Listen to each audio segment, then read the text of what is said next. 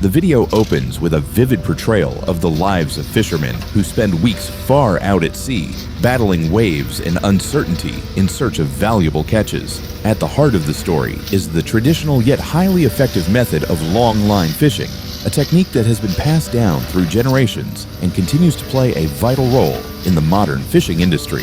The scene begins in the stillness of night at a quiet fishing port. Under the soft glow of yellow streetlights, the harbor is wrapped in silence. But on board the boats, life is already in full motion.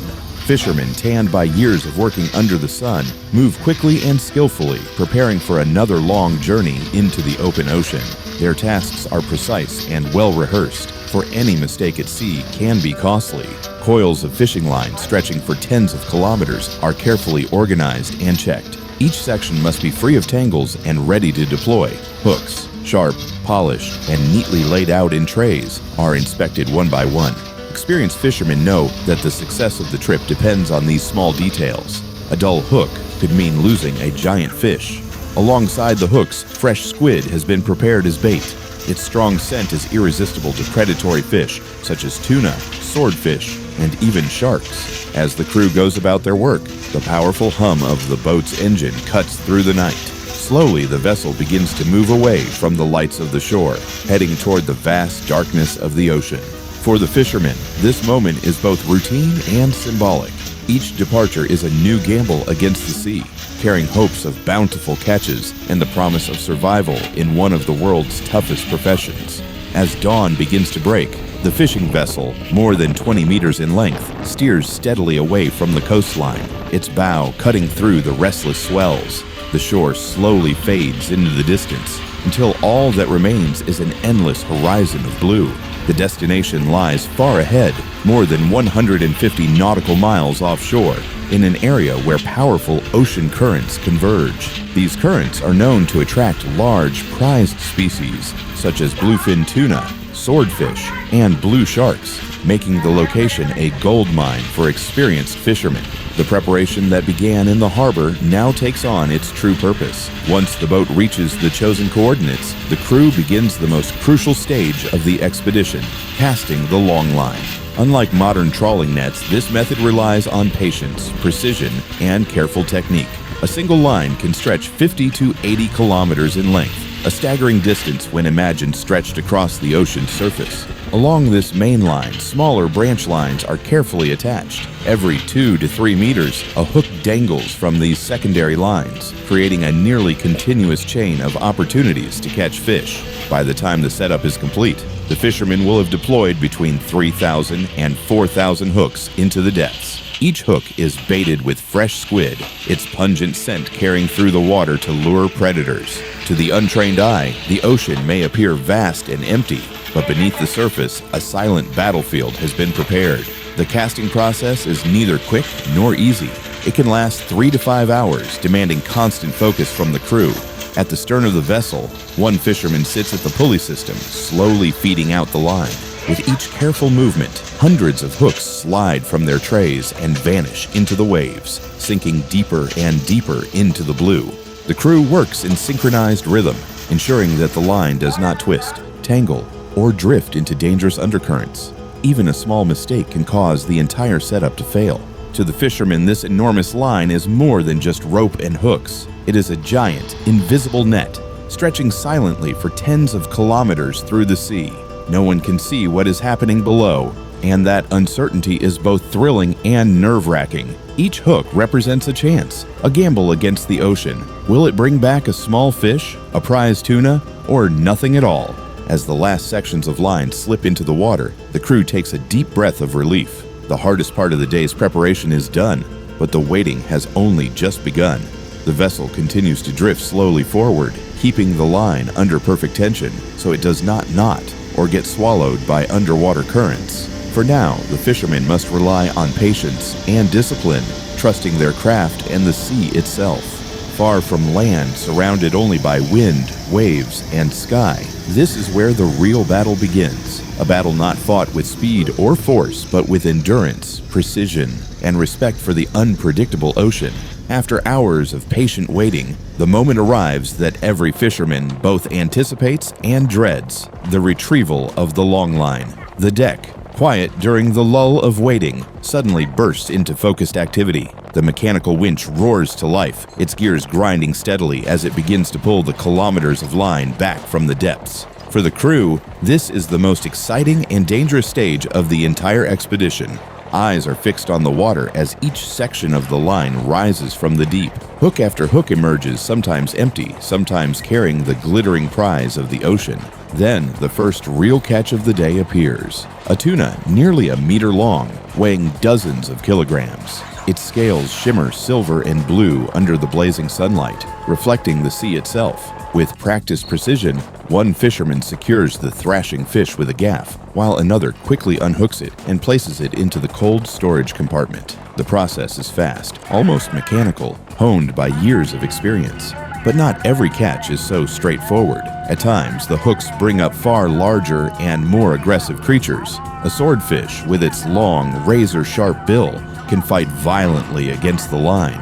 Its powerful tail lashes the surface, sending sprays of seawater high into the air. For the fishermen, this is a true test of strength, skill, and balance. Each pull on the rope feels like a tug-of-war with the sea itself. One wrong move, one slip on the wet deck, and a fisherman could be thrown off balance, dragged dangerously close to the churning machinery, or worse, overboard. The danger is constant. A massive fish thrashing wildly can tear hooks loose, snap lines, or whip its body against whoever is too close. The crew must move as one, quick, cautious, and disciplined. They shout short commands over the noise of the winch and the crashing waves, their movements synchronized to control the chaos. Yet, despite the risks, these moments carry an undeniable thrill. Every fish brought aboard represents both survival and triumph. On good days, the catches are plentiful, the cold compartments filling rapidly with gleaming bodies stacked in ice. The energy on deck becomes electric. Laughter mixes with grunts of exertion as the fishermen haul in catch after catch. The thought of profits, of feeding families, of returning home victorious lifts their spirits, even as exhaustion sets in. But the sea is never predictable. There are also days when hook after hook comes up empty, or when only a few small fish are caught, barely enough to justify the grueling work. Those days are heavy with disappointment, but they are also reminders of the ocean's unforgiving nature. No matter how skilled or prepared the crew may be, the sea decides the outcome. Still, hope never fades. Each tug on the line is a mystery, each hook a gamble. Will it hold a prized bluefin tuna worth a fortune, or nothing at all? That uncertainty is what keeps the fishermen coming back, voyage after voyage, braving risk and fatigue for the thrill of the unknown and the dream of striking it rich in the vast, unyielding ocean. Once the fish are hauled aboard, the work is far from finished. In fact, what happens next is just as critical as the catch itself. Freshness determines value, and every fisherman knows that the way the fish are handled in these first few moments can mean the difference between a top-grade tuna destined for a luxury restaurant or a wasted catch unfit for market. On deck, the team immediately begins the process of sorting and preserving. Fish are carefully measured and categorized by species and size. The larger tuna are often bled, gutted, and cleaned on the spot to reduce their weight and ensure that the meat keeps longer. Every motion is deliberate, following strict routines handed down through generations. Knives flash in the hands of skilled workers, slicing with precision, while buckets of seawater are used to rinse away blood and scales. Next, the preservation begins. Some fish are stacked neatly into large insulated containers, each layer cushioned with thick blocks of ice to prevent crushing. Others are stored directly into the sub-zero storage compartments, where temperatures plunge far below freezing.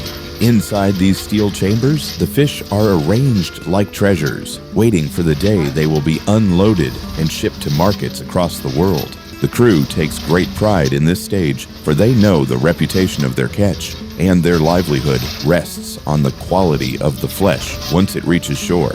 But life at sea is not only about fish. Between the long hours of hauling and preserving, the men must also tend to themselves. Meals are simple and humble. far removed from the delicacies their fish will one day become. A typical dinner might consist of white rice, dried fish, and fish sauce, a combination that is modest yet comforting after endless hours of labor. Sometimes a bit of soup or fresh catch from the day finds its way into the pot, adding rare variety to their diet.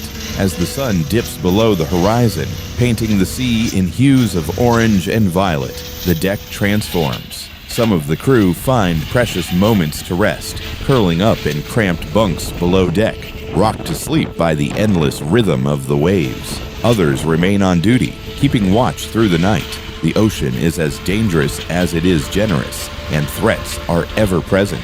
Sudden squalls, drifting into storms, or the unexpected approach of strange vessels in the darkness. A vigilant watchman can mean the difference between safety and disaster. The voyage is long, often lasting 10 to 30 days, depending on the distance and success of the expedition. Time at sea has its own rhythm, a repetitive cycle of casting, waiting, hauling, and preserving. Yet each day brings something new, a different catch, a sudden storm, or simply the shared laughter of men who live shoulder to shoulder in this floating world. Bonds are forged in hardship. And for these fishermen, the ocean is not just their workplace, but their second home.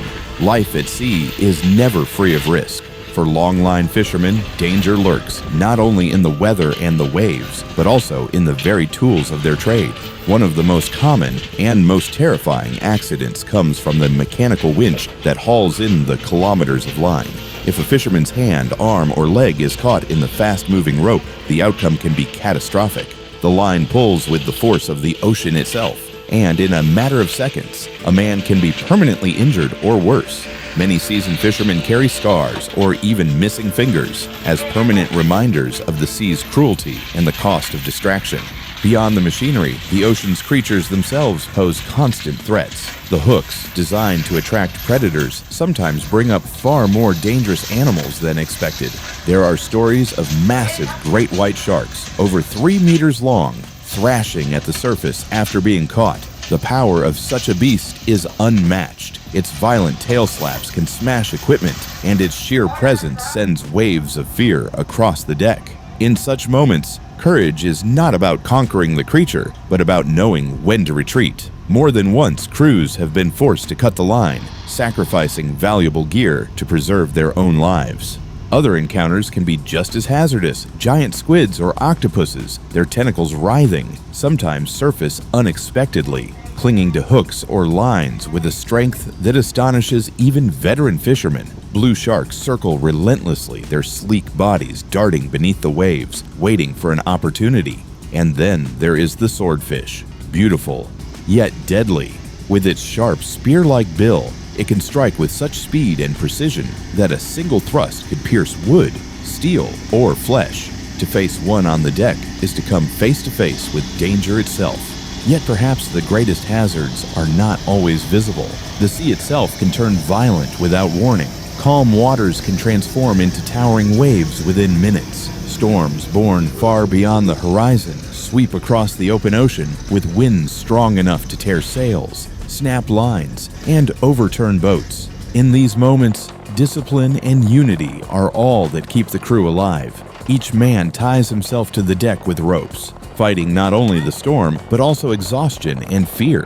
Every scar on a fisherman's hands tells a story. A torn palm from a snapped line, a bruise from being struck by a thrashing fish, or a cut from a knife used hastily in the chaos of hauling.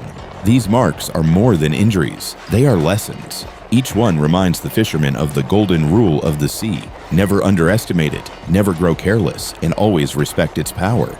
The captain often says, "The ocean doesn't forgive mistakes." For these men, survival depends on strict discipline and mutual trust. Courage is necessary, but humility is vital. They know the sea gives, but it also takes. And only by respecting its dangers can they hope to return safely to the shore. While longline fishing remains one of the most effective methods for catching large pelagic species, it also carries with it significant ecological considerations. Compared to destructive trawling nets that scrape across the seabed and devastate marine habitats, longline fishing is generally seen as less harmful to the ocean floor.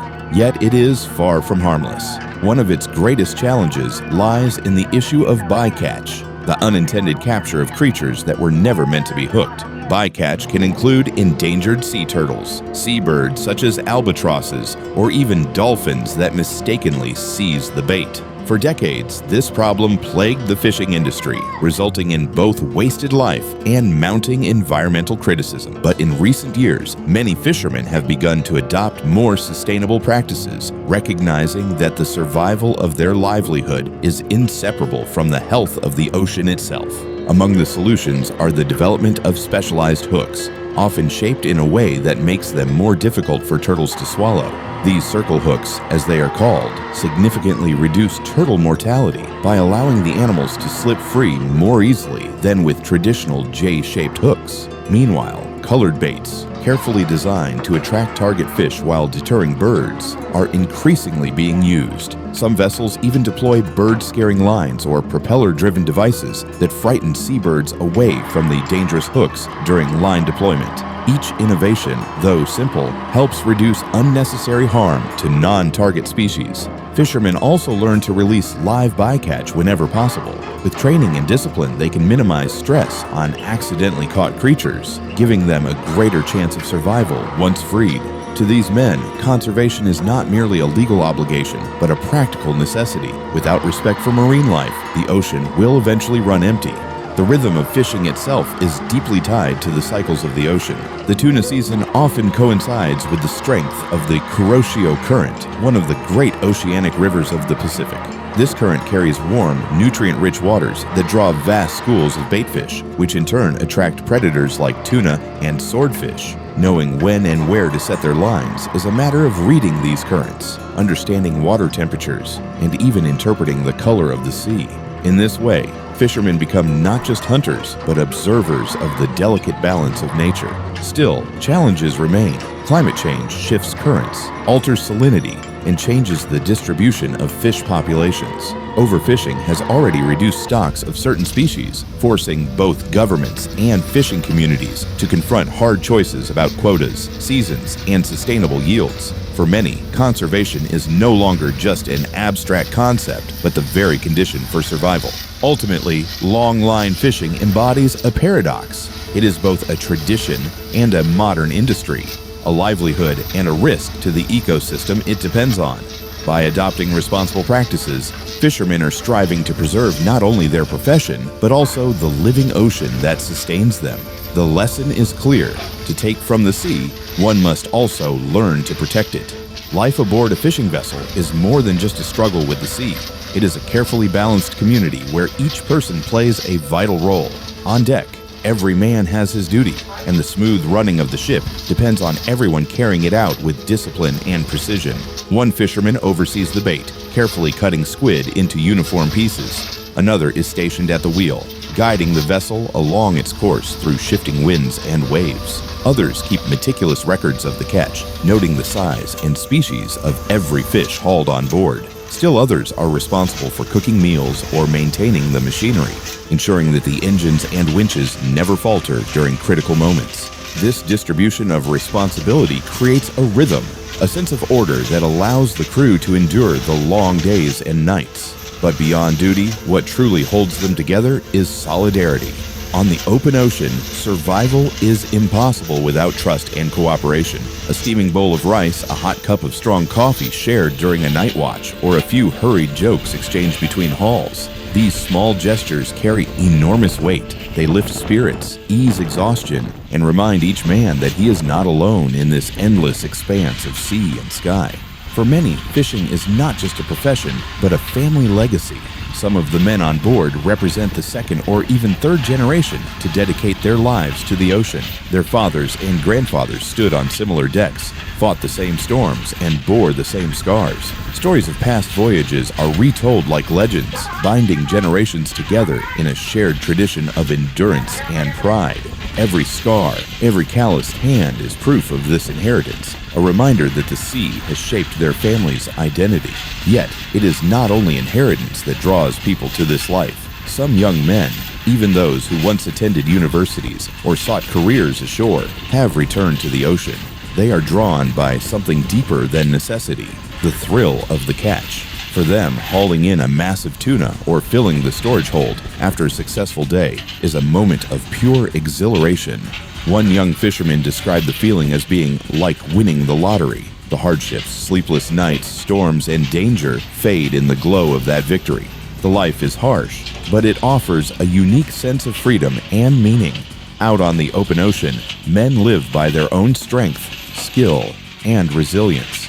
They are sustained not only by the fish they catch, but also by the bonds they forge. These bonds are unspoken yet unbreakable, born of countless shared struggles and narrow escapes. Ultimately, the human element is what transforms fishing from a mere occupation into a way of life. The sea provides the setting, the danger, and the reward, but it is tradition, solidarity, and the spirit of the men themselves that keep the craft alive, generation after generation. This video is more than just a record of how giant tuna are caught at sea. It is a window into a world that few people ever see, a world of hardship, danger, and relentless perseverance. The method of longline fishing, with its kilometers of rope and thousands of hooks, may seem like a technical feat, but at its heart, the story is about people, the fishermen who dedicate their lives to the ocean. It is a story of struggle and resilience. The sea is both a giver and a taker. One day it rewards the crew with a hold full of glittering tuna, each fish worth a small fortune. On another, it offers only empty hooks and restless waves, testing their patience and endurance. The dangers are ever present, machinery that can maim in seconds, storms that rise without warning, and predators, sharks, swordfish, and octopuses that remind every fisherman that they are never truly in control. Yet despite these perils, they return voyage after voyage, driven by faith in the sea and hope for a better catch. It is also a story of brotherhood and discipline. On the boat, every man depends on the others. Tasks are divided, but survival is shared. Meals of rice and dried fish, cups of hot coffee passed between tired hands, and laughter in the face of exhaustion form the glue that binds the crew together. Without trust, order, and discipline, no one could endure the long nights and endless days adrift on the open water. At the same time, it is a story of conservation and responsibility. The fishermen know that the sea is not infinite. Every careless action, every wasted fish or injured turtle threatens the very future of their craft. That is why many now adopt new practices, using safer hooks, deterring seabirds, and releasing live bycatch. To protect the ocean is not just to protect the environment, it is to protect their families, their traditions, and their way of life. Above all, this is a story of strength, patience, and deep connection to the sea. Strength to battle storms and powerful fish, patience to endure days of waiting with no guarantee of reward, and connection to the ocean itself, which has shaped their identities for generations. The sea is more than a workplace. It is a teacher, a test, and a companion that demands respect. Through this journey, we gain not only an appreciation for the immense effort behind every piece of tuna that reaches our tables, but also for the men whose lives are bound to the waves. Their courage, discipline, and sacrifices are what bring the ocean's bounty to the world. And so, if you have been moved by this glimpse into the lives of these fishermen, by their strength, their camaraderie, and their respect for the sea, I invite you to join us on this channel. Subscribe today, share this story, and be part of a community that celebrates the ocean, honors tradition, and reminds us all of the enduring bond between humanity and the sea.